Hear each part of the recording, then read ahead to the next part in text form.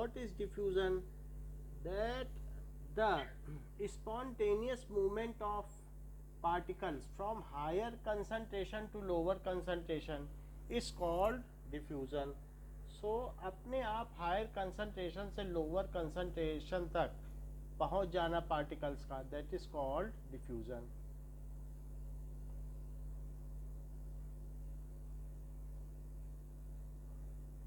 मतलब सर बता रहा हूँ.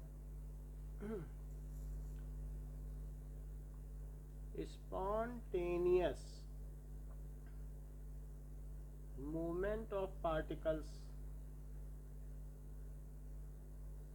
from higher concentration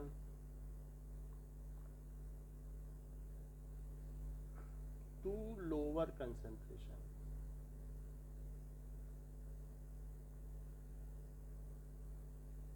ठीक है. Movement of particles from higher concentration to lower concentration on their own, जो अपने आप ही अगर वो मूव कर जाए तो उसको कहते हैं डिफ्यूजन.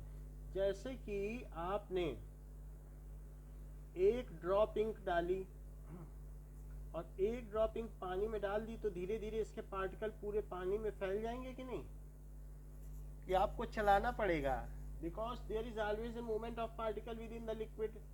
तो लिक्विड में जब मूवमेंट ऑफ पार्टिकल है तो अपने आप हो जाएगा. या आपने एक इंसेंस स्टिक जला दी, और तो इसकी स्मेल क्या होगी? इसकी स्मेल पूरे कमरे में फैल जाएगी. If it is burning it's aroma. तो इसका स्पॉन्टेनियस मूवमेंट है. अगर आपके किचन में कुछ सब्जी बनती है तो उसकी स्मेल पूरे घर में पहुंच जाती है. पिज्जा आया तो या कोई भी एडिबल चीज आई, तो इसके लिए आपको घर में हाथ नहीं हिलाना पड़ता है कि ऐसे ऐसे करें, हवा इधर उधर फेंकें. तो इस तरीके से it is called diffusion.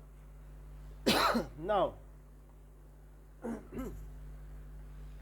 In case of single cell organism, so in case of unicellular organism क्या होता है कि द गैसियस एक्सचेंज, जैसे अमीबा ले लिया, so gaseous exchange takes place through diffusion. क्योंकि इसके अंदर क्या हो रहा है?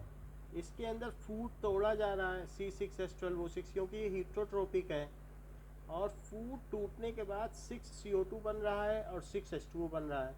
तो ये जो CO2 इसके अंदर बहुत हो गया है, तो क्या अब इस CO2 को बाहर जाना पड़ेगा? क्योंकि CO2 बहुत ज़्यादा हो गया. और बाहर के एनवायरनमेंट में जिसमें ये अमीबा है, वहाँ क्या चीज़ ज़्यादा है? O2. सो बाहर किसकी कंसंट्रेशन ज़्यादा है बताइए? O2 की. तो O2 अंदर चला जाएगा. अंदर किसकी कंसंट्रेशन ज़्यादा है? तो CO2 बाहर चला जाएगा. So in unicellular organism, in unicellular organism, gaseous exchange takes place by diffusion. ये डिफ्यूजन से होता है. ठीक है. और ऑस्मोसिस क्या होती है? As concentration of O2 in environment is more, in surrounding is more, so it diffuses in, ये अंदर आ जाता है. while concentration of CO2 inside cell is more, अंदर में CO2 ज़्यादा है, so it diffuses out, ये बाहर चला जाता है. इतनी बात समझ में आ गई? What is osmosis? Ishan, osmosis क्या है?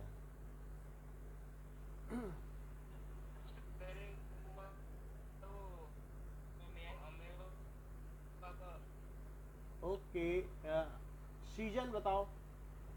Sir the movement of higher concentration to lower. Movement, movement. Anisha बताओ। Spontaneous movement of particles from higher concentration to lower concentration. Through semi permeable membrane, ये तो जरूर बोलना है। Movement of water from higher concentration of water, हाँ। Sir हाँ। मैं एक काम कर सकता था, अपने पापा की आईडी से ज्वाइन हुआ। क्या? सर मैं अपने पापा की आईडी से ज्वाइन हुआ। ओके ओके ओके बेटा। Movement of water from higher concentration to lower concentration through semi permeable membrane. Semi permeable membrane क्या होती है?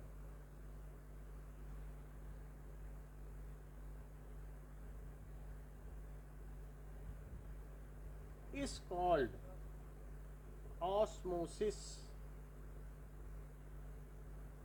जैसे कि जो सेल मेम्ब्रेन है वो सेमी परमिएबल है। सेमी का मतलब क्या होता है? ये जो इसकी सेल मेम्ब्रेन है जो कि प्रोटीन और लिपिड की बनी हुई है, लिपिड का मतलब ऑयल, वो प्लाज्मा मेम्ब्रेन भी कहलाती है।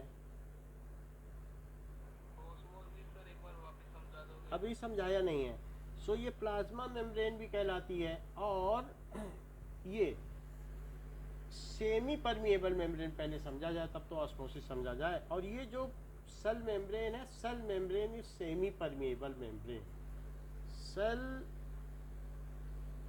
Membrane is semi permeable membrane यानी half permeable. Why it is half permeable? It allows certain things to pass through it and disallows other things to pass through it. ये अपने अंदर water को तो आने देती है लेकिन जो बड़े बड़े पार्टिकल्स है, प्रोटीन है, अमीनो एसिड, उन सबको आने नहीं देती है। So what is semi permeable membrane? The membrane which allows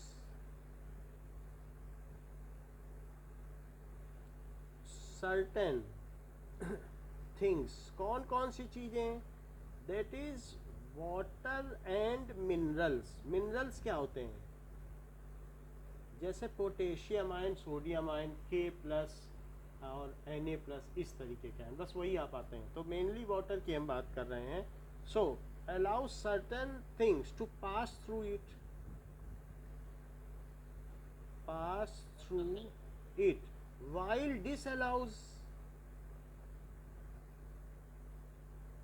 other things to pass through it। बाकी को नहीं आने देगी। is called SPM। उसे क्या कहेंगे? Semi permeable membrane. अर्ध पारगम में झिल्ली। तो वो आधी चीज़ों को आने देती है, आधी चीज़ों को नहीं आने देती। जैसे अगर मैं एक रेजिन ले लूँ, किशमिश,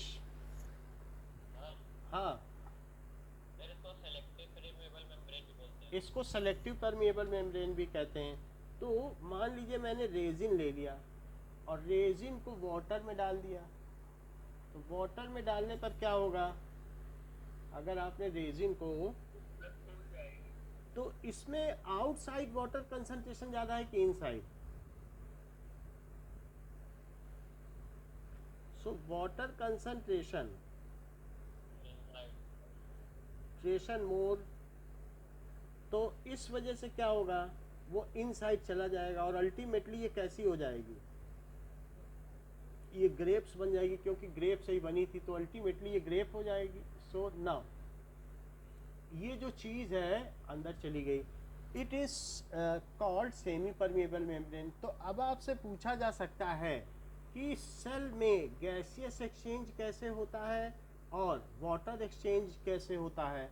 सो वाटर एक्सचेंज इन sale tax place through osmosis. जब उसके अंदर ज़्यादा पानी हो जाएगा अमीबा के अंदर, तो पानी बाहर फेंक दिया जाएगा, और कभी कम होगा तो अंदर ले लिया जाएगा। तो water is regulated through osmosis, process of osmosis, while gaseous exchange is regulated by diffusion. So in unicellular organism, water is regulated. आपके केवी स्कूल की रेगुलेटरी अथॉरिटी कौन है? कौन रेगुलेट करता है किसको अंदर आने देना है गेट के, किसको नहीं आने देना है? तो जो वहाँ प्यून खड़ा है, चपरासी खड़ा है, वो रेगुलेट करता है, you come, you should not come, your आर पेरेंट्स, ऐसे बोलता है। So in unicellular organism water is regulated through osmosis, while gaseous exchange is regulated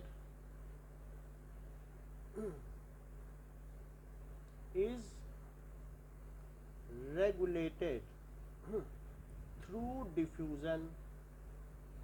तो डिफ्यूजन से गैस आ जा सकती है। जैसे कि अगर जेल की ये जेल के बार्स हैं, तो क्या ये जो जेल के बार्स हैं ये मच्छरों को रोक लेंगे कैदी तक जाने के लिए कि नहीं रोक पाएंगे? नहीं रोक पाएंगे। तो इसलिए डिफ्यूजन के लिए किसी दीवार की जरूरत नहीं है। सेमी परमेबल मेम्ब्रेन देखती रह जाएगी, गैस आती जाती रहेगी। जैसे ये जेल की दीवार देखती रह जाएगी, गैस को कोई रोक नहीं सकता। तो इस वजह से semi permeable membrane is not capable. उसमें इतने बड़े बड़े गैप्स हैं, तो छोटे छोटे गैसेस पार्टिकल आएंगे जाएंगे, लेकिन वाटर को तो ये रोक सकती है। तो इस तरीके से हम ये कह सकते हैं कि दोनों प्रोसेस की जरूरत पड़ती है। अमीबा में भी CO2 और वाटर का तो इससे होता है, और वाटर का ऑस्मोसिस से और इससे ये होता है। जरा देखें, हम लोगों की भी स्किन के अंदर गैस जा सकती है, क्योंकि ये भी सेल है। तो फिर हमारे पास ब्रीदिंग इंस्ट्रूमेंट क्यों है? हमारे पास फिर लंग्स क्यों है? इन case of multi cellular organism जो यूनिसेलुलर है, तो वो न्यूट्रिशन तो इमीडिएट इन्वायरमेंट से ले सकता है बाहर से, लेकिन मल्टी सेलुलर में क्या है, क्या ये ले पाएगा? Because diffusion is a very slow process. So in case of multi cellular organism, अगर हम सोचें कि हम यहाँ हाथ में खाना रख दें, चावल दाल रख दें, तो हमारे पूरी बॉडी में पहुँच जाएगा। तो जानते हो कितने साल लगेंगे उसको पहुँचने में, एब्जॉर्ब होने में और सब में? 2.5 साल लग जाएंगे। तो 2.5 साल कोई आदमी जिंदा रह सकता है क्या डिफ्यूजन के भरोसे? नहीं रह सकता। So diffusion is a very slow process, and all of our cells are not in immediate environment. क्या हमारी बॉडी के जितने भी सेल्स हैं वो सब इन्वायरमेंट के सीधा कांटेक्ट में हैं? क्या आपके स्टमक की जो सेल है वो इन्वायरमेंट के सीधा संपर्क में है? अंदर वाली सेल तो सीधे इमीडिएट कांटेक्ट में नहीं है, तो वो तो इसके भरोसे रहेंगे कि ये लेगा फिर हमें देगा, फिर ये कितना देगा, ये तो इसके ऊपर है। सो यूनिसेलुलर में तो न्यूट्रिशन हो सकता है, लेकिन इसमें मल्टी सेलुलर में कैसे हो? तो अब हमारे में इन टेक्स्ट क्वेश्चन आ रहे हैं।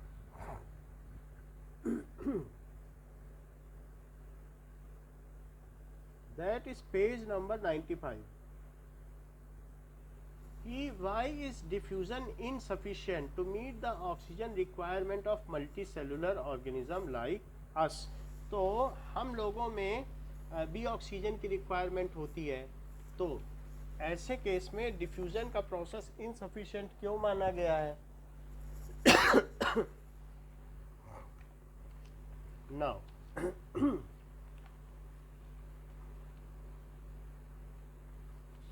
just wait.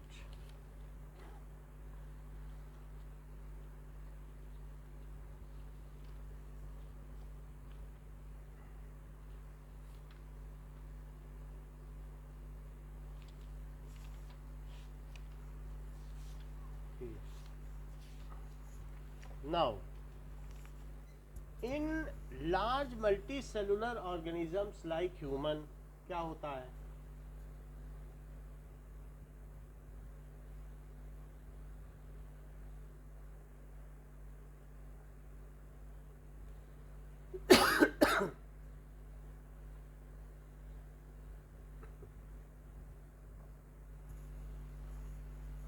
the oxygen of air will not travel through large, oxygen cannot reach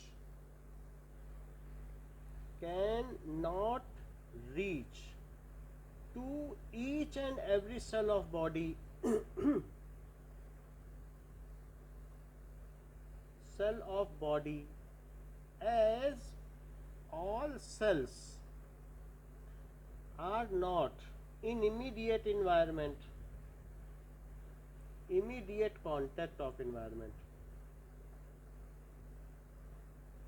क्योंकि सारे सेल तो सराउंडिंग से कांटेक्ट में नहीं है, कांटेक्ट ऑफ एनवायरनमेंट बहुत सारे तो हमारे डीपर सेल्स हैं अंदर के इसलिए more over diffusion is a very slow process, very slow process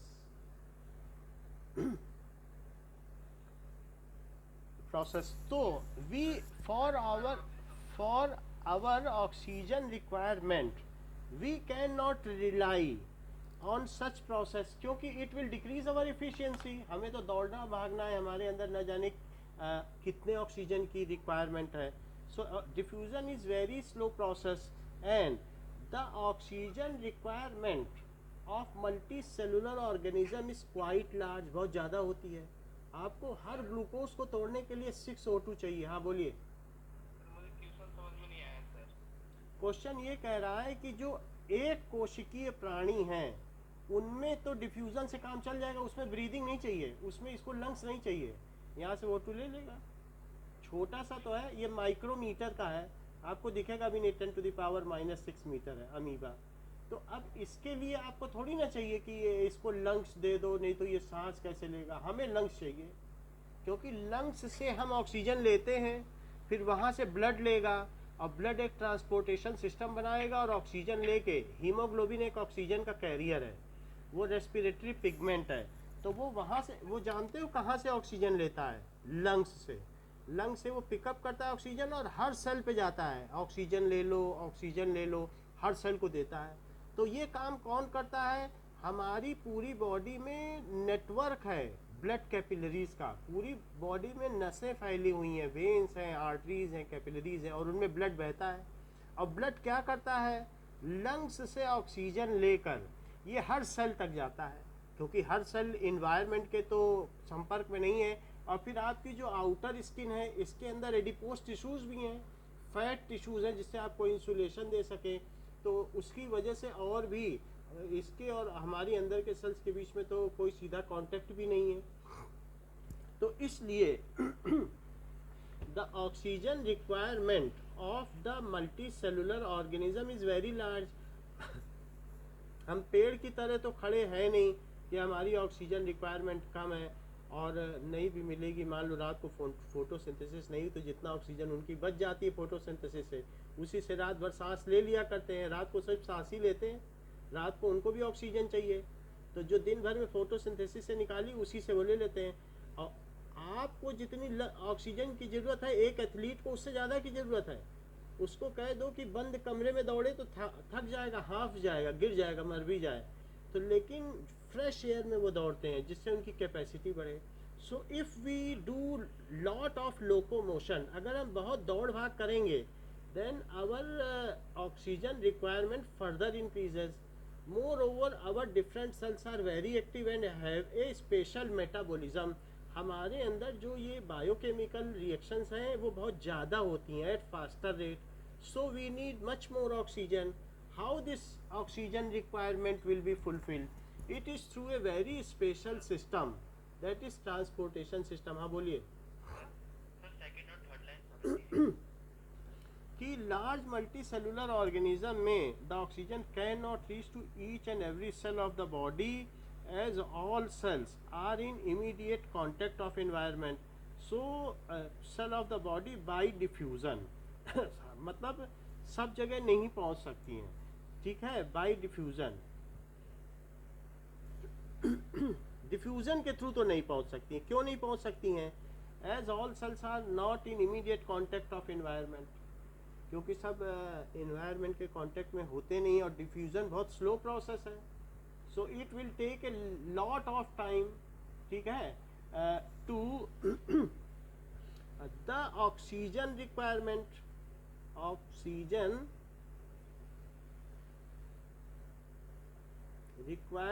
of us is large, क्योंकि हम इन्वॉल्व रहते हैं लोकोमोशन में, इन सब में, ठीक है, and it is fulfilled by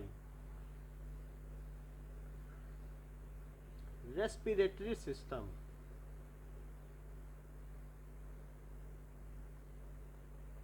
तो ये हमारे अंदर एक तरीके का रेस्पिरेटरी सिस्टम है, उससे ऑक्सीजन की रिक्वायरमेंट फुलफिल होती है। वैसे जो ट्रीज हैं उनमें लंग्स नहीं होते क्योंकि वो लोकोमोशन नहीं करते, लेकिन बाकी मल्टी सेलुलर जो एनिमेलिया है उनमें लंग्स की ज़रूरत पड़ती है, या गिल्स होते हैं या लंग्स होते हैं। जो अर्थ फॉर्म है उनमें मेम्ब्रेन होती है इस तरीके से। तो हम आगे देखेंगे रेस्पिरेशन कैसा कैसा किस में होता है। हाउएवर जो हमारी ऑक्सीजन की रिक्वायरमेंट है वो बहुत लार्ज है। हमें एक ग्लूकोज को तोड़ने के लिए ही कितनी ऑक्सीजन चाहिए, जरा सोचो तो, कितने मॉलिक्यूल चाहिए, और हर सेल में ना जाने कितने ग्लूकोज तोड़े जाते हैं, तो इतनी ऑक्सीजन आएगी कहाँ से, और इनर सेल को कैसे पहुँचेगी, क्या पहुँच सकती है आसानी से? तो इसलिए भी we have an efficient circulation system along with respiratory system which fulfills the oxygen need of every cell, ठीक है। and it is fulfilled by respiratory system along with, किसके साथ वो फुलफिल करता है? सिर्फ सांस लेना काफ़ी नहीं है, जब तक ब्लड उससे लेके नहीं जाएंगे ऑक्सीजन, हीमोग्लोबिन काम करता है, ऑक्सीजन को पकड़ लेता है, ट्रैपर है वो, और फिर उसको हर सेल तक जाके छोड़ के भी आता है। तो इस तरीके से with circulatory system,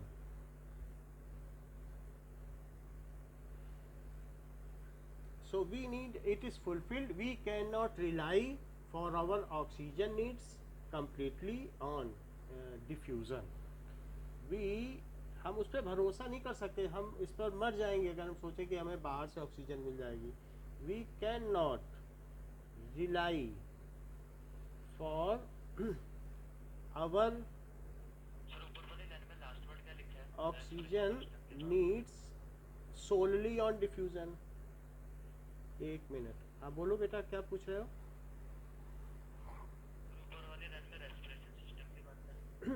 Along with circulatory system, तो ये किसके साथ काम करता है? सांस ली, फिर उन लंग्स के चारों तरफ कौन है? ब्लड आ जाता है, ब्लड उसको लेके सब जगह बांट देगा। सो इस तरीके से ये सिस्टम काम करता है। समझ में आ गई बात? ओके, एल्वियोली अभी बता देते हैं।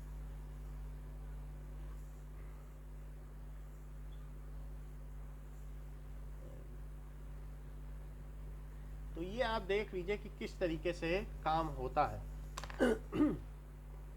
कि जो भी, ये देखिए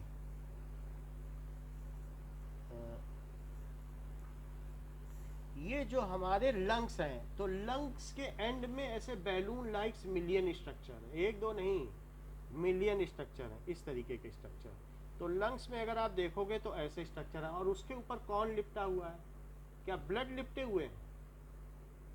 अब ब्लड जो डीऑक्सीजनेटेड है, जैसे कहते हैं आदमी मर गया वो नीला पड़ गया, जिसकी ऑक्सीजन चली गई कहते हैं अरे उसका शरीर तो नीला पड़ गया, और ऑक्सीजन होगी तो लाल शरीर रहेगा, गाल लाल लाल रहेंगे। तो if the person is having oxygen then that blood becomes red, और अगर डीऑक्सीजनेटेड ब्लड है तो उसका कैसा कलर होगा? ब्लू। लेकिन ये लंग्स का पार्ट है, अगर हम कहें इस तरीके का स्ट्रक्चर कहाँ होगा? Such structure exist at the end of lungs.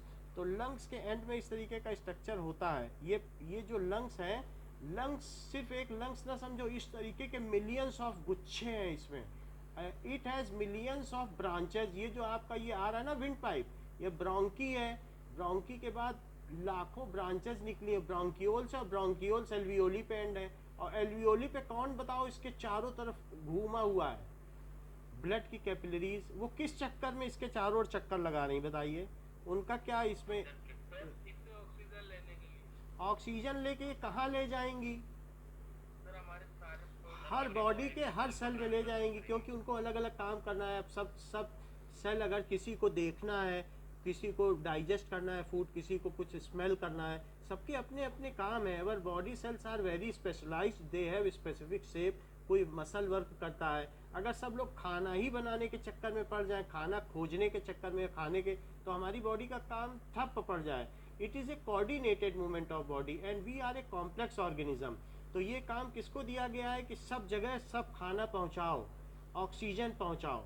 तो ब्लड से कहा गया है तुम जाओ और लंग्स के पास एल्वियोली है, बैलून लाइक स्ट्रक्चर है, सिंगल सेल थिक है, और वहाँ से ऑक्सीजन लेके हर सेल तक पहुँचाना।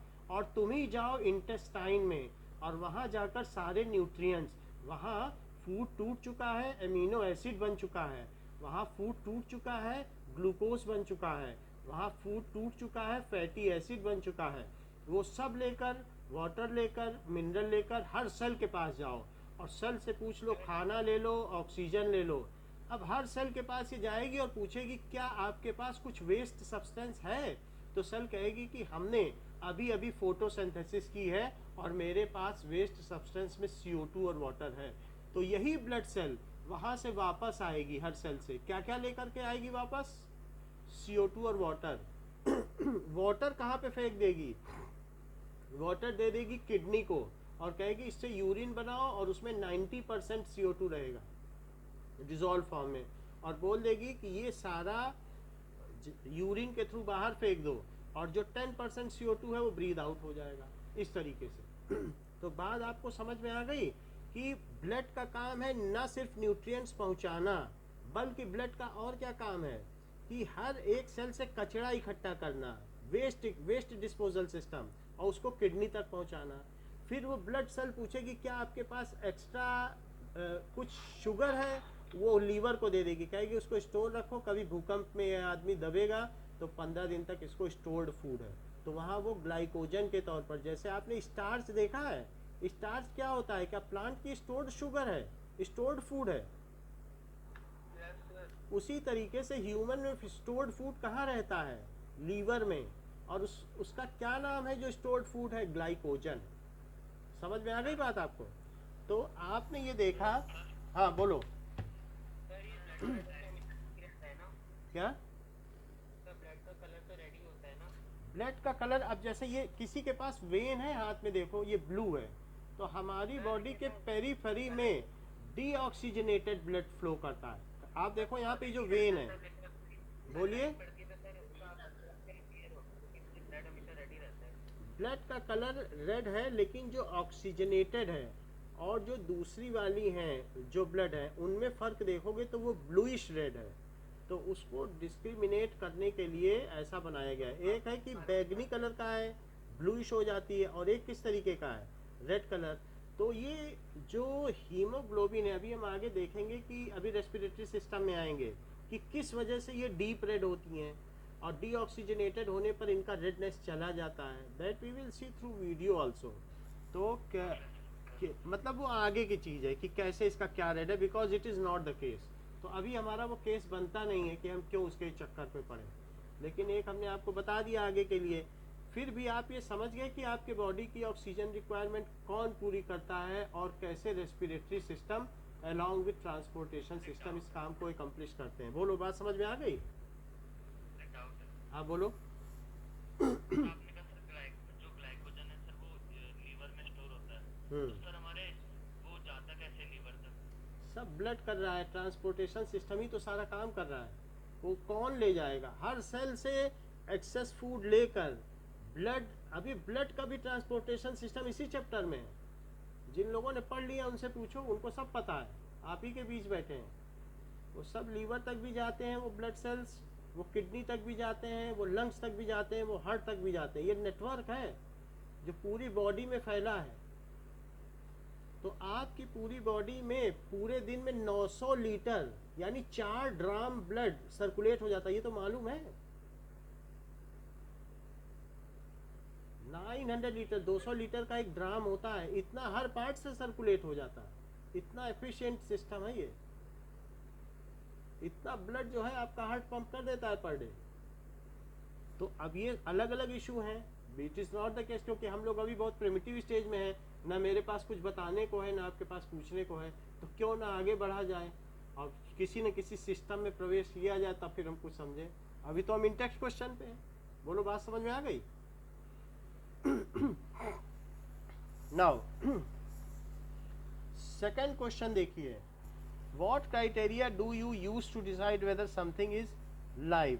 सो living things can move by themselves.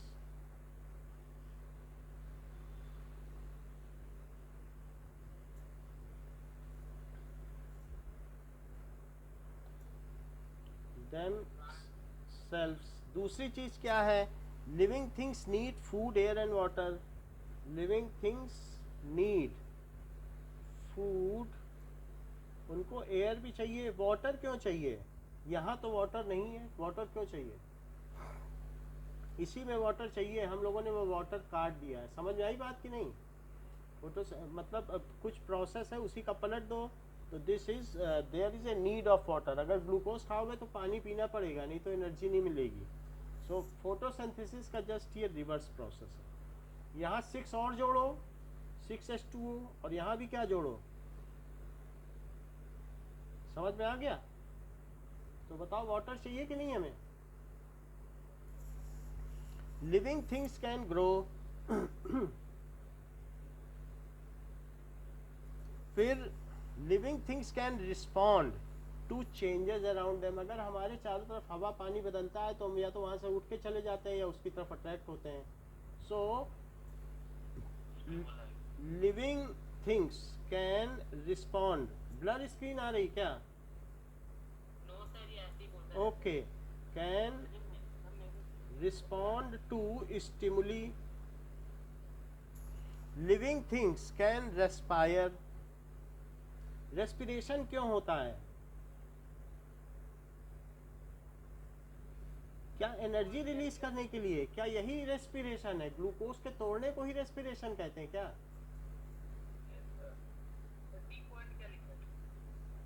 Respiration यानी ग्लूकोज का तोड़ना। डी है it can respond to stimuli. तो ये जो हमारा शरीर है ये किसी उद्दीपक के प्रति प्रतिक्रिया भी कर सकता है, जैसे फायर, वाटर, कोल्ड, इन सब के जो स्टिमुली हैं, sunlight, so we respond to them. कोई भी चीज़ हमारे एक्सटर्नल एनवायरनमेंट पे जो हमारी स्किन को नॉट सूटेड है या वर्स सूटेड है तो हम उस पर रिस्पॉन्ड करते हैं, जो बेटर सूटेड है उस पर भी रिस्पॉन्ड करते हैं। ये क्या है? To release energy from food. अब फिर क्या है? Living things can excrete. Excrete कैसे करते हैं बताइए हम? क्या हमारी बॉडी से स्वेट ग्लैंड्स भी हैं, पसीना भी निकलता है क्या? So living things can excrete.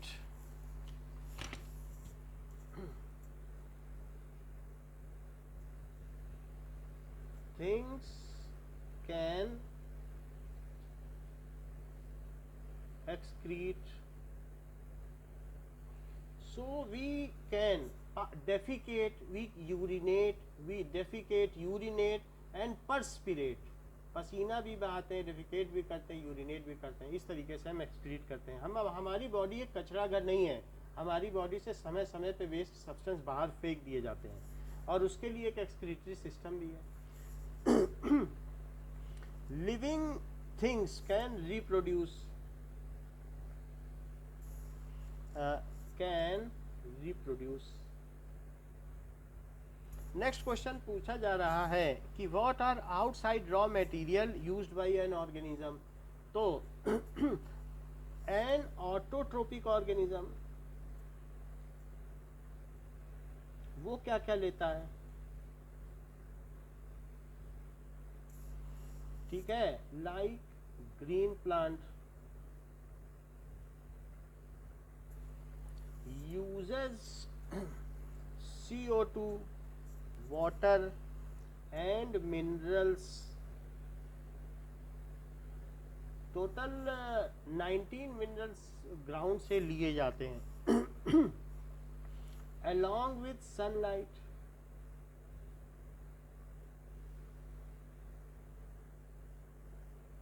ठीक है, to make its own food, to make its own food. रात को पेड़ भी सांस लेते हैं तो उन्हें ऑक्सीजन चाहिए और वो CO2 निकालते हैं बाई प्रोसेस ऑफ फोटोसिंथेसिस. उनमें फोटोसिंथेसिस दिन में भी सांस लेते हैं, फोटोसिंथेसिस का प्रोसेस 10 गुना तेज है. तो जितनी वो ऑक्सीजन निकालते हैं उसमें से सिर्फ 10% ही वो यूज़ करते हैं, 90% हम लोगों को दे देते हैं by process of photosynthesis.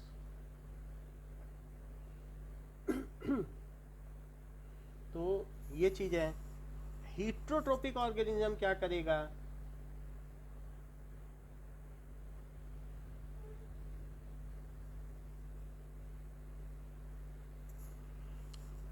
Like animal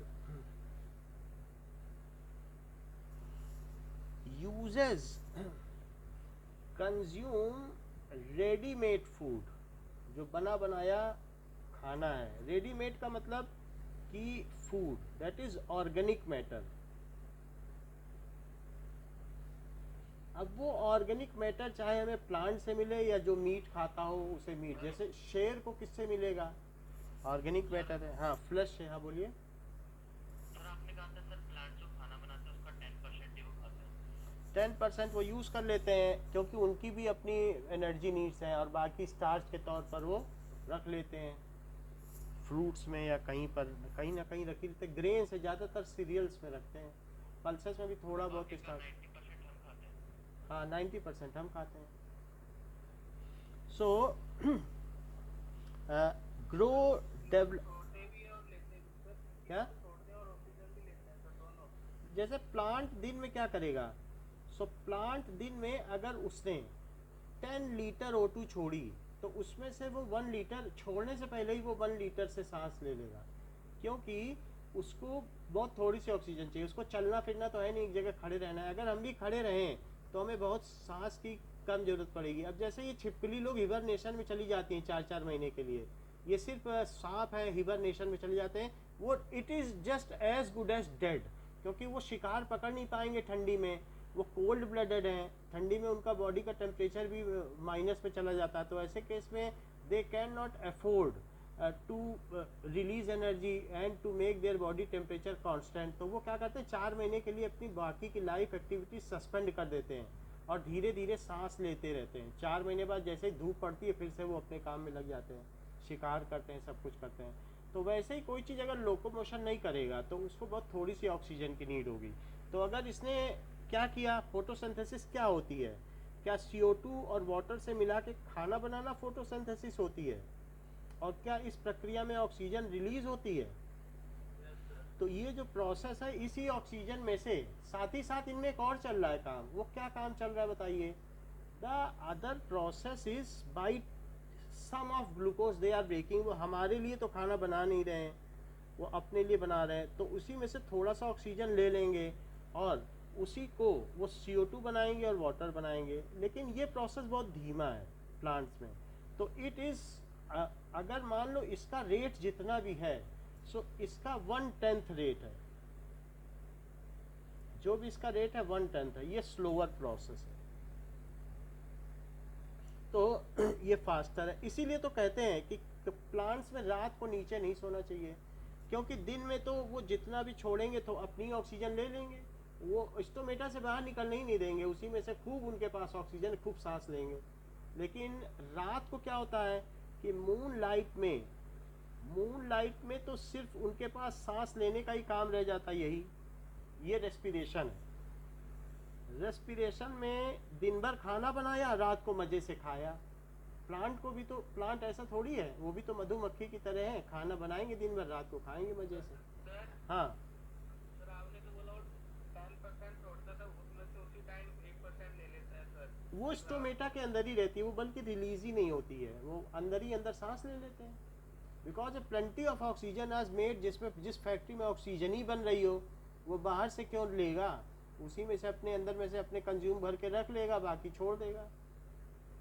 बाहर भी क्यों जाने? मैंने रात में ये एक्स्ट्रा नहीं लेता, जो पहले से ले रखा उसे यूज करता। रात में जो इसके नीचे चारपाई लगा के सोएगा वो जान जाएगा कि कितना बुरा है प्लांट के नीचे सोना, क्योंकि ये रात को CO2 छोड़ेगा और वो CO2 की वजह से उसका दम घुटेगा, बीमार पड़ जाए। कहते हैं रात को पेड़ों के नीचे नहीं सोना चाहिए, क्योंकि वो ऑक्सीजन लेते हैं और CO2 छोड़ते हैं। तो बात समझ में आ गई ना? ड्यूरिंग नाइट ओनली क्या होता है उनमें? रेस्पिरेशन होता है। और दिन में क्या होता है? During night there is net release of CO2 and net absorption of O2। During day there is net release of O2 and net absorption of CO2। CO2 क्यों लेंगे? क्योंकि उनको खाना बनाना है। उसी CO2 और वाटर से तो उसने इतना बड़ा बायोमास खड़ा कर लिया, इतने टन का, हजारों टन का बायोमास खड़ा कर लिया। गैस से उसने पूरी सॉलिड बॉडी बना ली। बोलो, बात समझ में आ गई? सर कुछ कहते हैं कि ना 24 घंटे जो कुछ पेड़ होते हैं वो ऑक्सीजन ही छोड़ते हैं, वो कैसे? 24 घंटे फोटोसिंथेसिस करते होंगे रात में भी, अगर ऐसा हो तो। अगर ऐसा हो, अब ये हमें देखना पड़ेगा इज इट ऑथेंटिकेटेड, क्योंकि हमने पढ़ा नहीं है। If I rely on you तो फिर ऐसा होगा, मुझे देखना पड़ेगा। सो दे टेक रेडीमेड फूड। हाँ बोलिए, धीमा है आपकी आवाज़, तेज करो।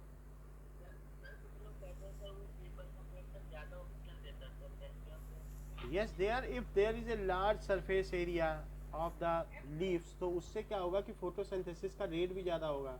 तो पत्तियाँ उसकी पतली होती हैं, ज़्यादा रेट होगा, ज़्यादा स्टोमेटा होते होंगे। Such is the case. तो कुछ ऐसा केस होगा। तो नीम भी बहुत ऑक्सीजन देता है। सो इट इज़ ऑल, जिसमें जितना ज़्यादा सरफेस एरिया होगा। Now we are at the point and heterotrophic organism consume readymade food. तो ऑर्गेनिक फूड वो लेते हैं मोस्ट ऑफ द ऑर्गेनिज्म। अब तीसरी बात क्या कही गई, ये इस क्वेश्चन का पार्ट नहीं है, समझाने के लिए कहा गया है। Most of the organism use oxygen at outside material for breaking down of food. लेकिन सारे ऑर्गेनिज्म इनवेरिएबली, चाहे प्लांट हो या कुछ, सबको ही तो ऑक्सीजन चाहिए, क्योंकि उनको ग्लूकोज तोड़ना है। तो मोस्ट ऑफ द ऑर्गेनिज्म, ठीक है, use oxygen present in air,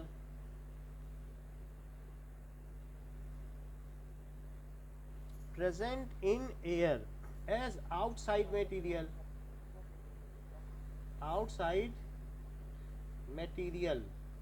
जितनी ज़्यादा ऑक्सीजन होगी उतना तेज फोटोसिंथेसिस होगी, ये बात मालूम है, और उतनी एनर्जी मिलेगी बॉडी को फॉर ब्रेकिंग डाउन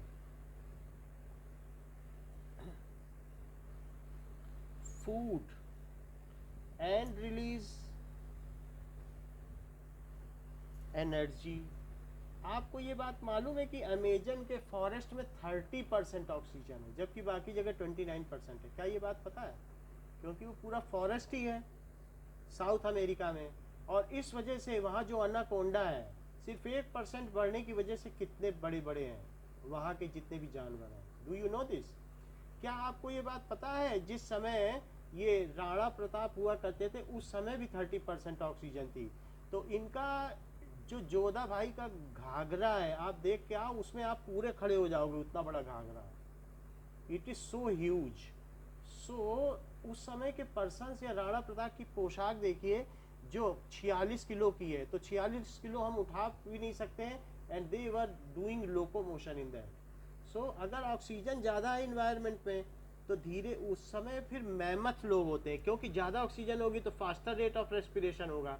जंगल के लोग ज़्यादा रेट ऑफ रेस्पिरेशन रखेंगे, और यही 28% भी होने वाली है, और हम लोग ड्रॉप होने जाएंगे, मिनिएचर होते चले जाएंगे। तो जितनी कम ऑक्सीजन होगी उतना रेट ऑफ रेस्पिरेशन कम होगा, हमारी बॉडी में एनर्जी कम रिलीज होगी, और उसी तरीके से हमारी बॉडी का साइज भी छोटा होता चला जाएगा। Now and release energy. Now अब आगे देखें, दिस इज कॉल्ड रेस्पिरेशन। तो ये तो सभी करते हैं रेस्पिरेशन, इररिस्पेक्टिव ऑफ हेटेरोट्रोपिक और ऑटोट्रोपिक। चाहे वो हीटरोट्रोपिक हो या ऑटोट्रोपिक, सबको तो फूड तोड़ना है, तो इसलिए ये काम सब करते हैं। नाउ फोर्थ क्वेश्चन क्या है, what process would you consider essential for maintaining life? The various process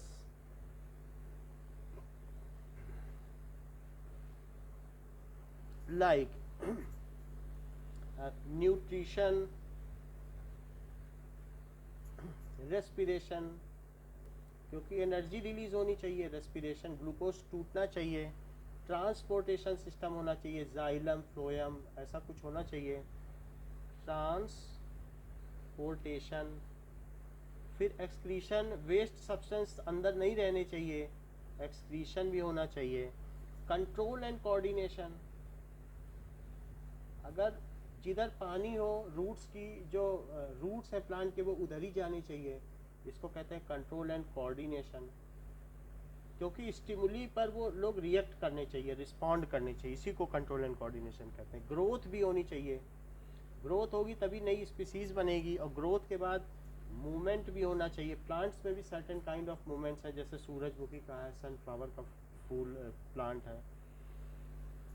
and reproduction, अपनी स्पीसीज को आगे बढ़ाने के लिए रिप्रोडक्शन भी होना चाहिए। Are essential life processes for maintaining life.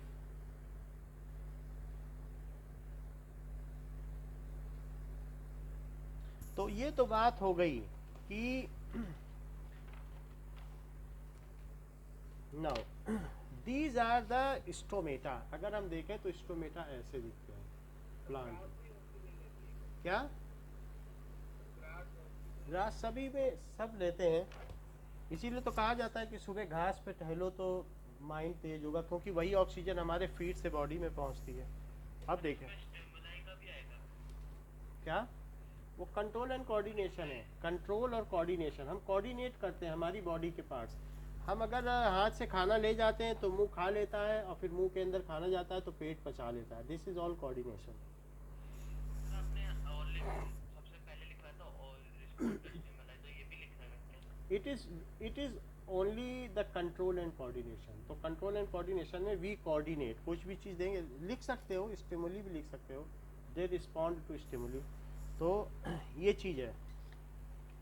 अब देखो now we come to the process of nutrition. So nutrition में भी हम देखेंगे कि ह्यूमन में न्यूट्रिशन कैसे होता है। तो प्लांट्स में तो हम लोगों ने देख लिया कि किस तरीके से होता है। Now nutrition in human being.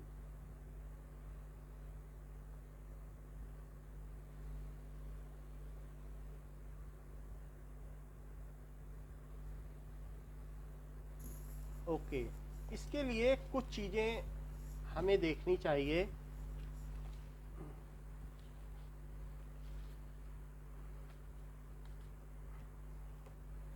Like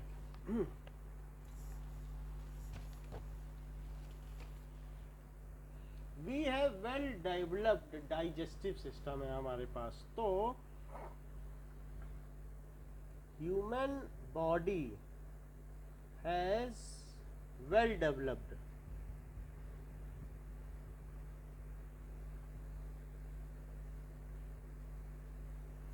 digestive system consisting of, इसमें वेरियस ऑर्गन्स, इसमें बहुत सारे ऑर्गन्स भी हैं। किसी भी सिस्टम में बहुत से ऑर्गन चाहिए होते हैं, तो ऑर्गन से ही ऑर्गन सिस्टम बनता है। वेरियस ऑर्गन्स, जैसे कि बहुत, अगर हम देखें तो protein plus carbohydrate plus lipid और प्लस डीएनए, इन सब से मिलके क्या बनता है बताओ? सेल बनेगा। प्रोटीन कार्बोहाइड्रेट, प्रोटीन हमें किस लिए चाहिए बताइए? प्रोटीन तीन तरीके के होते हैं। कौन कौन से होते हैं? स्ट्रक्चरल, जो हमें स्ट्रक्चर दें। दूसरा कौन सा होगा? फंक्शनल, क्या आपकी बॉडी में एंजाइम्स हैं? Functional protein. तो फंक्शनल प्रोटीन क्या करता है? एंजाइम। हमें हमारे बॉडी में खाने को डाइजेस्ट करना, जितनी बायोकेमिकल एक्टिविटीज हो रही हैं बहुत सारी हो रही हैं, 2000 से ऊपर बायोकेमिकल रिएक्शंस हैं, धीरे धीरे हम सीखते जाएंगे। और तीसरा है हार्मोनल। हार्मोनल का क्या मतलब है कि हमारे जेंडर को डिसाइड करना, कि लड़के को लड़का बनाना, लड़की को लड़की बनाना, और ये ना हो कि दोनों हाथ में फिंगर छोटी बड़ी हो जाएं, या हमारा एक कान बड़ा एक छोटा हो जाए। यानी हम अगर हमारी बॉडी में हार्मोनल बैलेंस है, देन हर एक चीज़, there are various kinds of activities, हम सोचते हैं, समझते हैं, ग्रो करते हैं, तो जो बॉडी में चेंजेस हैं वो प्रॉपरली होंगे। और नहीं है जिसका हार्मोनल डिसबैलेंस होता है वो ट्रांसजेंडर होते हैं, और उनको हमारे समाज में भीख मांगने के अलावा कोई दूसरा काम नहीं मिला है, क्योंकि फिर उनकी रिस्पेक्ट नहीं होती समाज में। तो इस तरीके से ये हम लोग बहुत लकी हैं कि जो हमारे में हार्मोनल इम्बैलेंस नहीं है, जो लड़का है वो परफेक्ट लड़का है, और जो लड़की है वो परफेक्ट लड़की है। तो दैट मीन्स हार्मोनल बैलेंस तो 3 तरीके के बताया, स्ट्रक्चरल, फंक्शनल एंड हार्मोनल। तो स्ट्रक्चरल प्रोटीन क्या करता है बताओ? क्या आपको कभी भी किसी ने बताया है कि सेल वॉल प्रोटीन की बनी होती है? अच्छा, प्रोटीन और लिपिड की है, तो ये स्ट्रक्चर हो गया। और फंक्शनल में कौन कौन से हो गए जो हमारे डाइजेस्टिव में काम आते हैं? जैसे लाइपेज, अमाइलेज, जाइमेज, अभी ये सब पढ़ने जा रहे हैं, पेप्सिन, ट्रिप्सिन, ये अभी थोड़ी देर में 2 लाइन बाद पढ़ने जा रहे हैं। तो ये सब क्या हुए बताइए? क्या ये एंजाइम हुए जो हमारी बॉडी में सारा रिएक्शन कराते हैं? एंजाइम क्या होते हैं बताओ? जैसे अगर मैं आपसे कहूँ, बायोलॉजिकल कैटलिस्ट। यस, मान लीजिए मैं अब ऐसे कहूँ अनीशा से कि अनीशा तुम जो है टॉप कर जाओ जोधपुर में, और तुमको मैं बाइक दूंगा, स्कूटी दूंगा, तो क्या अनीशा कभी मेहनत करेगी? कभी नहीं करेगी।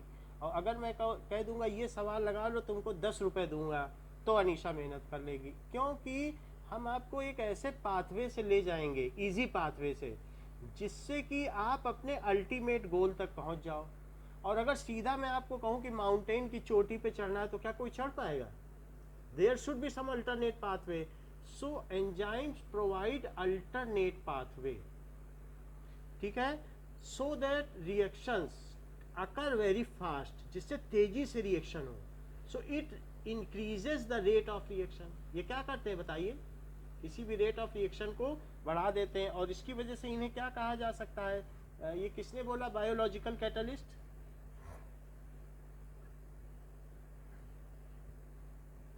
ये अच्छी बात कही है। This is the term coined for it. ये कैटलिस्ट है, ये किसी स्पीड को बढ़ा सकते हैं। और हार्मोनल क्या होता है? ये जेंडर डिसाइड करता है। अच्छा, कौन सी ऐसी 4 चीजें हैं सीजन जिससे सेल बनती है? प्रोटीन, कार्बोहाइड्रेट और लिपिड, और एक चीज डीएनए, जेनेटिक मटेरियल। डीएनए से ही हम लोग जो है इंसान का बच्चा इंसान पैदा होता है। तो अब सेल से क्या बनेगा आगे?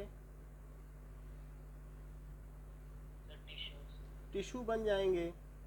तो टिश्यू, जैसे आई की टिश्यू है, एक सिंगल सेल नहीं देख सकती है आंख में, लेकिन रेटिना में ऐसे टिश्यूज हैं, मिलियंस ऑफ टिश्यूज हैं जो हमें देखने को इनेबल करते हैं। इस तरीके से ऑल फैक्ट्री टिश्यूज हमारे नॉस्ट्रिल्स में जो स्मेल कराते हैं, ऑडिटरी कैनाल में ऑडिटरी टिश्यूज हैं। तो इस तरीके से सेंसरी टिश्यूज हैं हमारी स्किन में, वो ये सारा काम, और टेस्ट बड्स हैं हमारे टंग में। तो इस तरीके से दीज आर टिश्यू अपना काम करते हैं। When a group of similar cells they combine together to perform a certain job, then it is called tissue. Tissue से क्या बनेगा? ऑर्गन से क्या बनेगा? ऑर्गन सिस्टम से क्या बनेगा?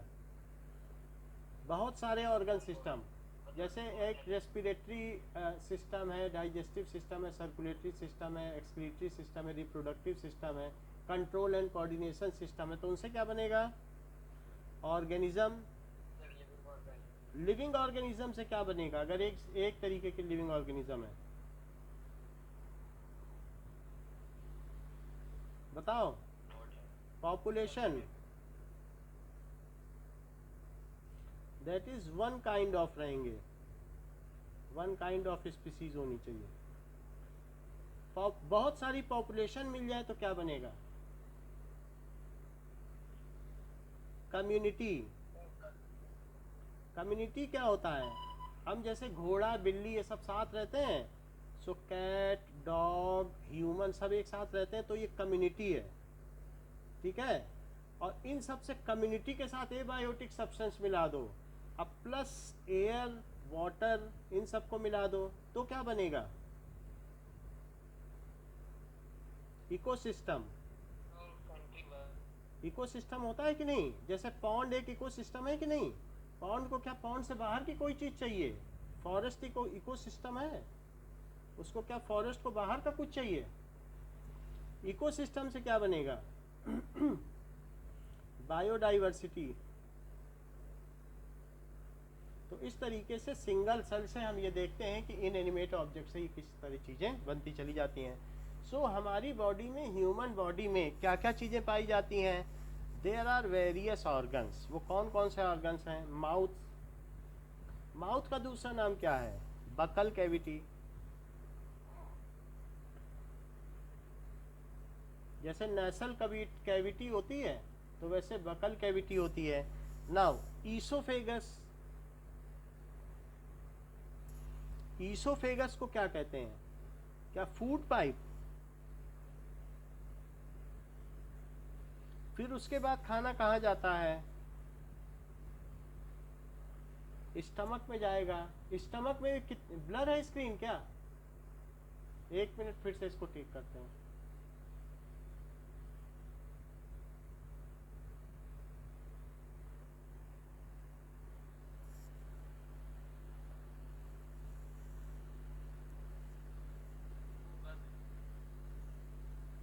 ओके,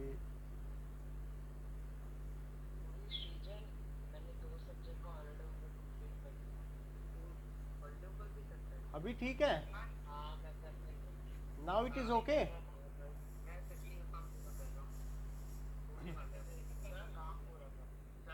हाँ सर एसएसटी की शुरू करानी है सर।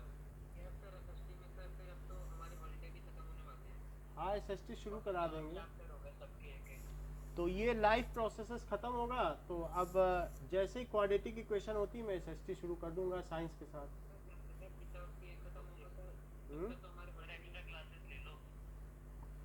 कोई बात नहीं, हो जाएगी SST के हमने आपको वीडियोस भी भेजे हैं, आप वीडियो से देखना पसंद करो तो वीडियो भेज दें। नहीं, एक्स्ट्रा क्लास सुबह 11th की चलती है 2.5 घंटे, तो फिर बोलने में हमें 5 घंटे हो ही जाते हैं। फिर हमारी स्पिरिचुअल क्लासेस भी चलती हैं तो करीब 5.5 घंटे बोलना हो जाता है। हैं? अभी ये आपका क्वाड्रेटिक इक्वेशन हो जाएगा और फिर ये साथ में ये क्वाड्रेटिक इक्वेशन होते ही SST एक तरफ शुरू कर देंगे। वो बहुत छोटा चैप्टर है तो उसके बाद कर देंगे, ठीक है। स्मॉल इंटेस्टाइन होता है, स्टमक के बाद खाना कहाँ जाता है? स्मॉल इंटेस्टाइन, ठीक है। उसके बाद लार्ज इंटेस्टाइन, फिर इंटेस्टाइन के बाद खाना जब वो वेस्ट कहाँ पर रहता है? रेक्टम में रहता है और एनस से बाहर फेंक दिया जाता है, and anus. So this is a complete, क्या हम लोगों का ओपन गट सिस्टम है कि क्लोज्ड गट सिस्टम है? बताओ भाई। ये जो हमारा माउथ है, तो माउथ से खाना गया, अब माउथ से खाना ये इस तरीके से गया, और फिर यहाँ जे शेप का स्टमक है, और जे शेप के स्टमक के बाद ये कहाँ जाएगा? क्या यहाँ क्वाइल्ड स्ट्रक्चर है?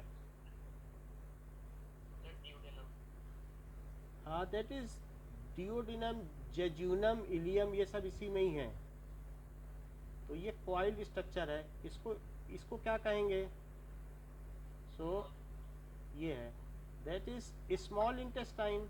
और फिर स्मॉल इंटेस्टाइन के बाद ये किस में चला जाएगा? क्या ये अब बड़ी हो जाएगी इंटेस्टाइन? तो इस तरीके से ये लार्ज इंटेस्टाइन हो जाती है। नाउ फिर अल्टीमेटली ये इस तरीके से, एक मिनट, ठीक है। सो पैंक्रियाज का क्या काम है? अभी तो बताएंगे ना, तभी तो पता चलेगा। हमको भी तो पढ़ना पड़ेगा ना, हम ऐसे कैसे बता देंगे। तो ये देखो ये चीज़ है, तो ये एक तरीके का कंटिन्यूअस इस तरीके से है, और फिर इसके बाद यहाँ से ये मान लीजिए शुरू हुई, तो ये यहाँ से ये एनएस हो गया। तो अब इसमें हमें ये पूछना है, बताइए क्लोज्ड गट सिस्टम है कि ओपन गट सिस्टम है। अगर मान लो आप मिट्टी खा लो, राख खा लो, तो क्या यहाँ से जो जाएगा वो खाना यहाँ से नीचे से निकल जाएगा? बोलिए। तो इस तरीके से जो हमारा सिस्टम है वो किस तरीके का सिस्टम है? That is open gut. Hydra में किस तरीके का होता है? हाइड्रा में जो उसका मुंह है वही उसका एनस है, यहीं से खाता है और यहीं से ही वेस्ट निकालता है। तो इस तरीके का है, इसका क्लोज्ड गट है। और लेकिन हम लोगों में कैसा है? क्लोज्ड गट। और ये कैसा है? ओपन गट। सो ये जो टोटल लेंथ है उसको क्या कहते हैं? The total length of this is digestive tract is called alimentary canal. This is 9.9 meter long. So total length of digestive tract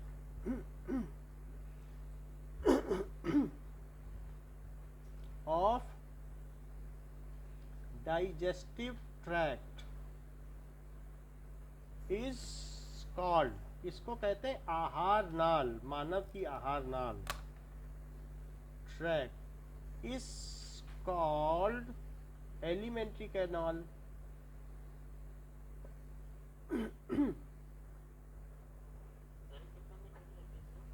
It is 9 meter long, extending। हाँ बोलिए। डिपेंड करेगा इंसान। इंसान पे डिपेंड कर जाएगा, ये सही बात कह रहे हैं। अब देखो, एक्सटेंडिंग फ्रॉम, कहाँ से एक्सटेंड करती है? Buccal cavity, mouth to anus, ये चीज है। सो इन दिस वे, अब जरा देखिए, आवर न्यूट्रिशन कंसिस्ट ऑफ, तो ये तो हमने बात बता दी कि क्या क्या चीजें इसमें होती हैं। अब देखिए, आवर न्यूट्रिशन कंसिस्ट ऑफ, क्या क्या चीजें होंगी? It consist of poly sugar, polysaccharide, carbohydrate. Carbohydrate कई तरीके के होते हैं, कौन कौन से होते हैं बताओ? मोनो शुगर होता है, मोनोसेकेराइड। क्या डाइसेकेराइड होता है? और क्या पॉलीसेकेराइड होता है?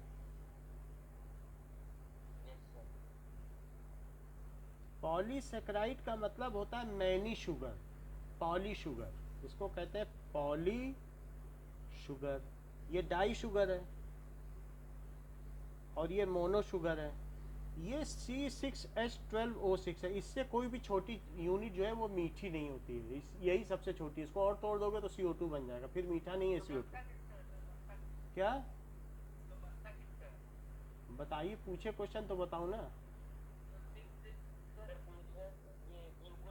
फोटोसिंथेसिस से बनता है, ठीक तो बता रहे हैं ये। हाँ, तो ये स्वीट क्यों है? तो अब जैसे H2 है और O2 है, इनसे मिलके H2O बनता है। क्या ये फ्यूल है जिससे आग लगती है? O2 क्या करता है? क्या आग जलाने में मदद करता है? हाँ, बिना ऑक्सीजन के कैसे? एड्स इन बर्निंग।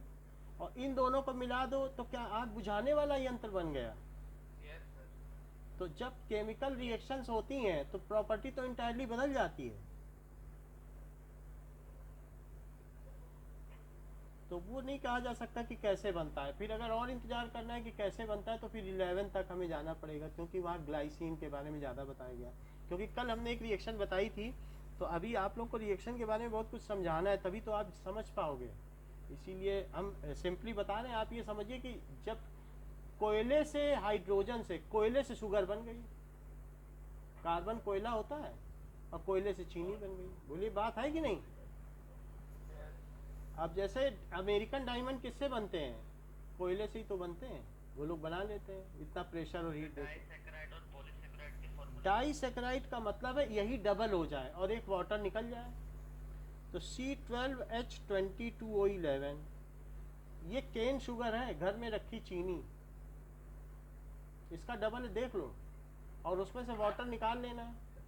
सर मैं यही बोल रहा था सर, हाँ, शुगर के बारे में। ये शुगर है, ये डाई शुगर है, ये मोनो शुगर है, ये ग्लूकोज है, ग्लूकॉन डी। ये हमारे घर की चीनी है। ये क्या है? Poly sugar. तो C6H10O5 to the power n, जहाँ n 1000 है। ये किस में पाया जा सकता है? क्या ये पोटैटो में पाया जाएगा? Yes sir. Potato, rice, wheat, इन सब चीज़ों में पाया जाएगा। So it is found in this. अब जरा देखो तो हमारे न्यूट्रिशन में क्या क्या चीज़ें आ गई। क्या कार्बोहाइड्रेट आ गया? और क्या आ गया? प्रोटीन। अगर हमने स्टार्च खाया है, अगर आपने आलू खाया है, तो ये मुझे बताइए कि वो टूटेगा, पॉली शुगर टूटेगी तो किस में बदलेगी? बोलो, क्या ग्लूकोज में बदलेगी? क्या जब ब्लड इंटेस्टाइन के पास जाएगा तो वो उससे क्या कहेगा कि मुझे क्या चाहिए? मुझे पॉली शुगर नहीं चाहिए, मुझे डाइजेस्ट करके इसे मोनो शुगर में बदल के दो, मुझे सेल तक ले जाना है। और मेरे पास बहुत पतली पतली कैपिलरी है, मैं बड़ी चीज़ें नहीं ले जा सकता हूँ।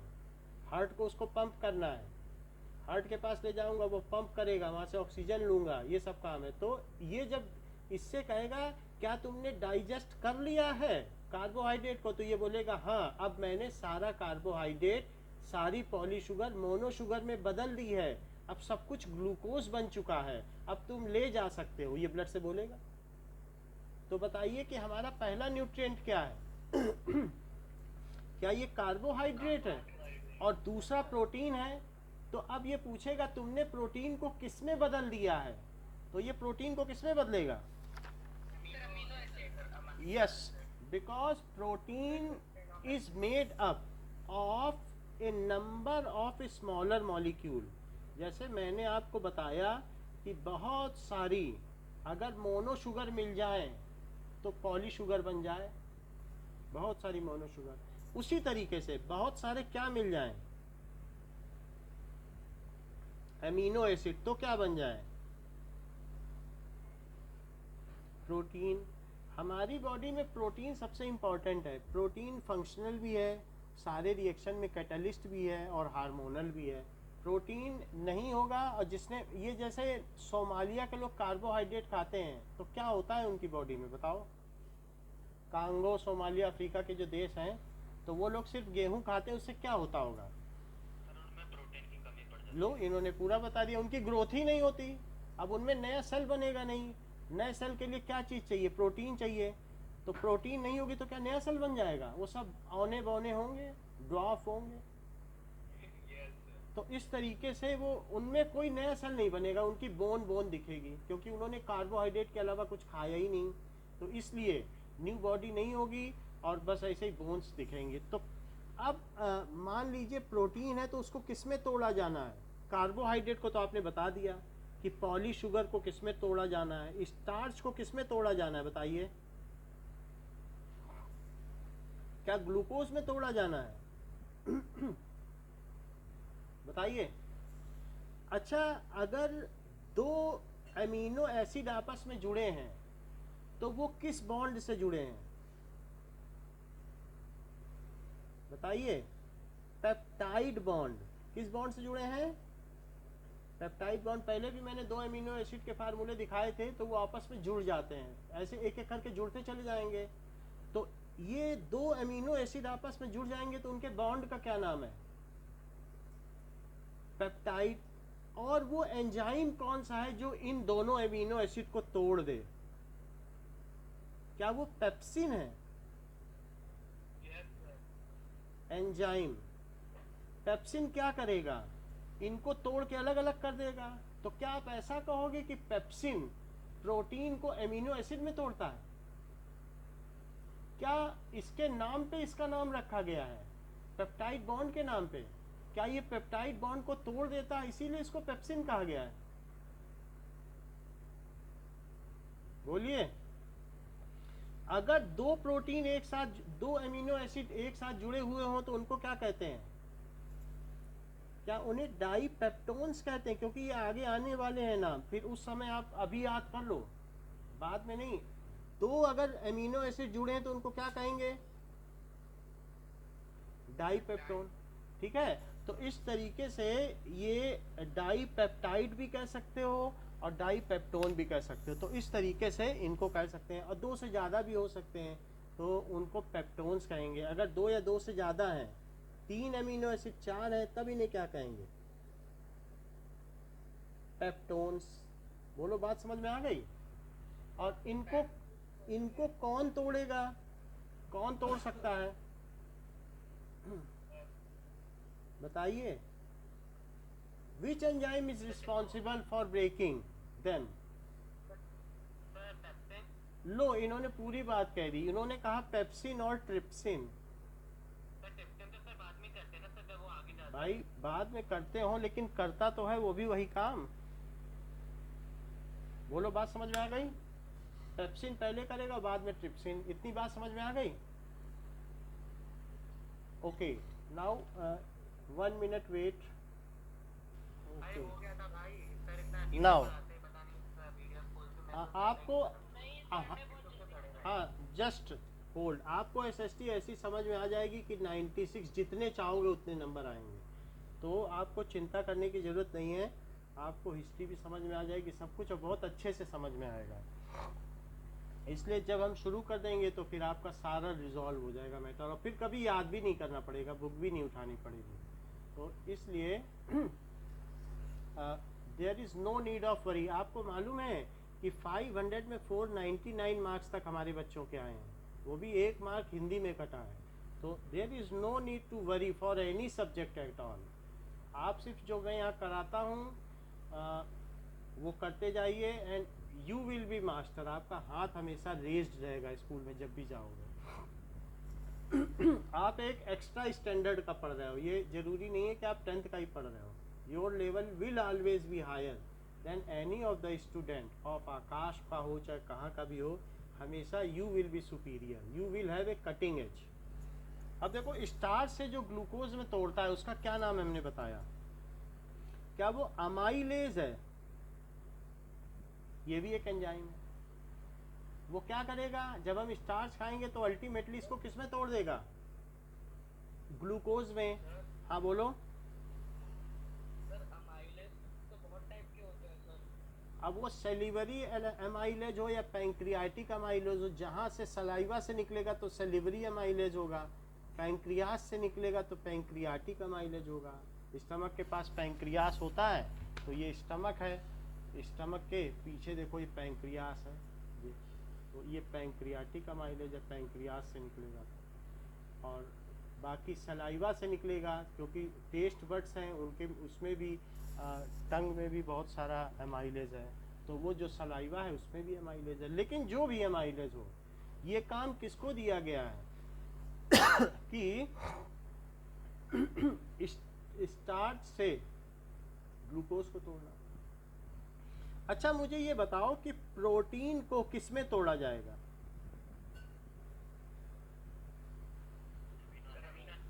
अमीनो एसिड में कौन तोड़ेगा? पेप्सिन बोल सकते हैं, पेप्सिन भी तोड़ेगा, और ट्रिप्सिन। अच्छा, ट्रिप्सिन कहाँ पाया जाता है? नहीं, ये भी पैंक्रियास से सेक्रीट होगा, ये है pancreas. So trypsin will also be secreted through pancreas, pancreas से सेक्रीट होगा एंड इट विल गो। अब जरा देखो जो फैट है या ऑयल है या लिपिड है, उसको कौन तोड़ेगा? लिपिड को लिपिड भी कह सकते हो, फैट या ऑयल बोल लो। आप जो फैट या ऑयल खा रहे हैं, बटर है, फैट है, ऑयल, उनको कौन तोड़ेगा और किस में तोड़ेगा? Fatty acid. तो जैसे कभी आप बटर खाते हो तो एसिडिटी होती है, बाद में बहुत ऐसा लगता है कड़वा कड़वा, तो उसकी वो एसिड में बदल जाता है, फैट के एसिड, वो डिकम्पोज हो गया। और साथ में और क्या चीज बनती है? ग्लिसरॉल। ग्लिसरॉल, कभी मुंह में छाले आए हैं, देन आपने ग्लिसरॉल लगाया हो, इस तरीके से होता है, इट इज लाइक दिस, ये बिल्कुल विस्कस लिक्विड है। So this is glycerol. तो मुंह ये मीठा मीठा होता है। तो अगर नहीं तो कभी क्या है कि ब्यूटी प्रोडक्ट्स में भी ग्लिसरॉल का खूब यूज होता है। ग्लिसरीन देखा है? नहीं तो जब बिल्कुल ट्रांसपेरेंट गाढ़ा गाढ़ा सा होता है, बिल्कुल जैसे सैनिटाइजर की तरह होता है, वो गाढ़ा वाला सैनिटाइजर नहीं आता जैसे, उसी तरीके से होता है। तो अब बताओ ये फैट को किस में तोड़ा जाएगा? फैटी एसिड और ग्लिसरॉल। इसको कौन तोड़ेगा? सर लाइपेज तोड़ेगा। सो लाइपेज इस तरीके से इसको, इन सब चीजों में तोड़ देगा। अब जरा देखिए कि किस तरीके से हमारी बॉडी में न्यूट्रिशन होता है। तो सबसे पहला प्रोसेस है इंजेशन। सो प्रोसेस क्या है? और प्रोसेस के लिए हमें नाम भी लिख देना चाहिए कि जो हमारा ह्यूमन डाइजेस्टिव सिस्टम है, तो it should be labelled. The diagram is not labelled and we should label it. तो सबसे पहले यहाँ पर क्या है? यह है बकल कैविटी।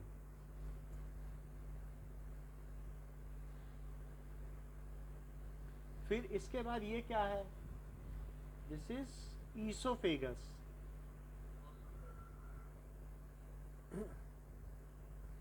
इसके बाद क्या है? ये जो जे शेप्ड है स्टमक। ये जितने भी सारी चीजें हैं, ये किस कैविटी में है? ये सही बता रहे हैं। देखो चीजें पढ़ाओ तो बाद में पता चल जाती, काम आ जाती है। एब्डोमिनल कैविटी, और नहीं तो अभी अपर लोअर बताते। नल कैविटी। और ऊपर की कैविटी को क्या कहते हैं, जहां लंग्स रहता है? थोरासिक, है ना? दो तरीके की कैविटी हैं। जहां किडनी रहती है उसको क्या कहते हैं? Renal portion. क्या कहते हैं? Renal region. अब देखो एब्डोमिनल कैविटी समझ में आ गया? ये स्टमक हो गया जे शेप का। फिर इसके बाद ये क्या है? स्टमक के ठीक पीछे ये पत्ती जैसा क्या निकला है? ये है पैंक्रियाज। और स्टमक, ये तो स्टमक हो गया जे शेप का। इसके बगल में there is a kind of liver. तो यहाँ पर एक लीवर भी है, ये ऐसा लीवर है। नाउ देयर इज ए, हाँ बोलिए। बोलो। हाँ, एब्डोमिनल कैविटी। ये एब्डोमिनल कैविटी इस तरीके से है। थोड़ा ब्लर लगा। ब्लर लग रहा है? देखो अभी सही हो जाएगा। तो इट इज लाइक, ये ह्यूमन बॉडी है। तो सबसे पहले क्या शुरू हुई? Buccal cavity. बकल कैविटी में से एक ऊपर भी गया है, वो कहाँ पे मिल जाएगा बताओ? क्या नासल कैविटी में भी मिल जाएगा? ऊपर नाक में भी तो आएगा ना यहाँ से। तो ये अभी हमारी बकल कैविटी है। So it is like this. अब देखें, तो जहां पर बकल कैविटी और नासल कैविटी मिलती है उसको क्या कहते हैं? फेरिंग्स कहते हैं क्या? कभी अपने मुंह में देखा है इस तरीके से एक पोर्शन होता है, ऐसे मुंह खोलते समय एक चीज लटकती रहती है, बोलिए। यस, ये देखो इन्होंने नाम बता दिया, एपिग्लॉटिस। लोग पढ़े लिखे हैं, ऐसे नहीं उन्हें तो फिर कुछ इधर उधर की बात करते हैं। सो अब देख लीजिए, ये विद्वानों की सभा है। So it is epiglottis. ये क्या करता है? लोग कहते हैं खाते समय बोलो नहीं। क्यों कहते हैं? क्योंकि नेसल कैविटी और बकल कैविटी को कौन एक दूसरे से अलग करता है? क्या यही एपिग्लॉटिस कर रहा है? बुक में पढ़ लिया होगा, नहीं तो ऐसे तो कौन बता पाएगा। अब जो भी बता रहा है, तो एपिग्लॉटिस सेपरेट्स, तो खाते समय बोलना नहीं है, जिससे कि नहीं तो नोज वाले ट्रैक में ये लंग्स में चला जाएगा खाना।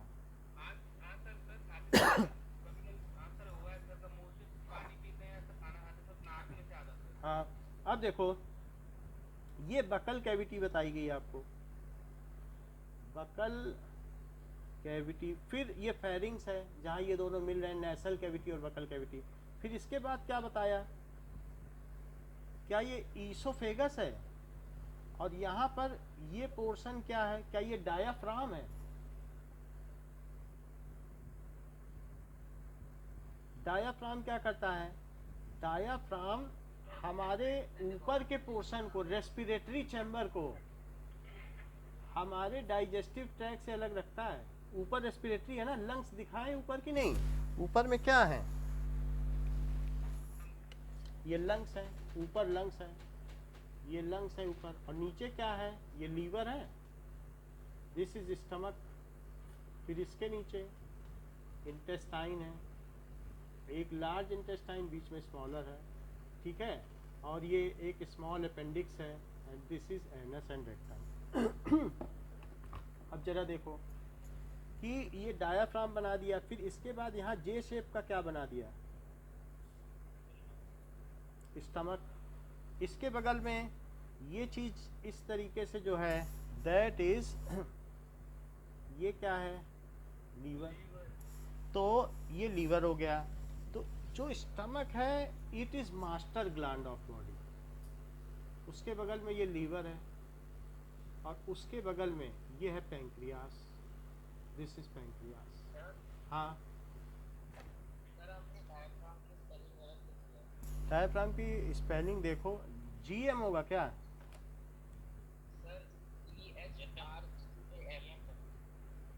जीएम कर दें? मुझे तो यही लगता है, बाकी देख लेता हूँ।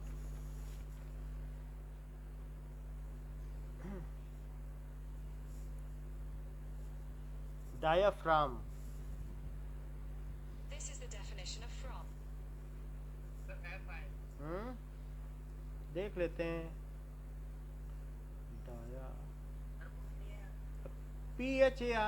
PHRAGM, डायाफ्राम यही है।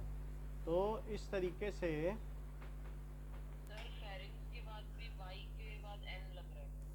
डायाफ्राम, यही स्पेलिंग ठीक है। और फेरिंग्स में एन लगेगा, फेरिंग्स, ये फेरिंग्स हो गया। अब इसके पीछे क्या है? यहाँ पर ये पैंक्रियास है, इसके अंदर में क्या है? गॉल ब्लैडर, गॉल ब्लैडर है। फिर यहाँ से इंटेस्टाइन शुरू हो जाएगी। इंटेस्टाइन क्या करेगी? तो ये है नाउ, ये स्टमक इसके आगे ये जा रहा है, ये स्टमक इसके आगे जाएगा, एंड इसके चारों ओर कौन घिरा है? ये लार्ज इंटेस्टाइन।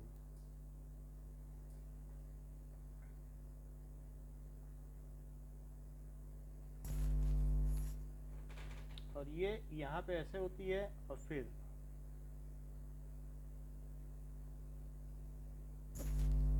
ये इस तरीके से होगा। ये पोर्शन थोड़ा सॉलन रह के फिर ऐसे रहेगा। अच्छा, ये डायग्राम तो आता ही है। आपका जो स्किल ऑफ रिप्रेजेंटेशन है वो अच्छा होना चाहिए। अब ये देखो, ये क्या है? ठीक है, ये इंटेस्टाइन है, इंटेस्टाइनल ट्रैक है। और ये जो हमारा ट्रैक है वो क्या कहलाता है, क्या गैस्ट्रो इंटेस्टाइनल ट्रैक, क्योंकि इसमें गैस्ट्रिक जूसेस होते हैं इसलिए। तो यहाँ पर ये पैंक्रियास हो गया, ये क्या हो गया, स्टमक, ये small intestine, large intestine, rectum और एनस, ठीक है, और ये अपेंडिक्स। अब इन क्या होता है सर? अपेंडिक्स होता है जिसमें ये हम लोगों का एक दैट इज रेमिनेंट पार्ट है, वेस्टिजियल ऑर्गन। पहले कभी इसकी ज़रूरत रहती होगी, जिसमें लोग खाना खा लेती हैं गाय लोग, बाद में जुगाली करती हैं मुंह से निकाल के, वैसा पोर्शन है। लेकिन अब हम लोग को ज़रूरत नहीं है, वी आर कंप्लीट इवॉल्व। ये लीवर है, और लीवर के बाद ये क्या है बताइए। सर हाँ हाँ सर ऐसा बोलते थे कि सर अपेंडिक्स में सर बैक्टीरियाज होते हैं जो कभी अगर इन्फेक्शन हो जाता है हाँ, ये तो काट के निकालना पड़ता है। तो इस क्लास के लिए इतना ही, अब नेक्स्ट क्लास में हम इस पर और चर्चा करेंगे। सर हाँ, सर इधर गॉल ब्लैडर में नीचे जो डंडी से सर इसे बाइल डक्ट लिखा हुआ है बुक में। तो गॉल ब्लैडर में डक्ट होता है, उसको भी हम नेक्स्ट क्लास में बताएंगे। Okay, thank you.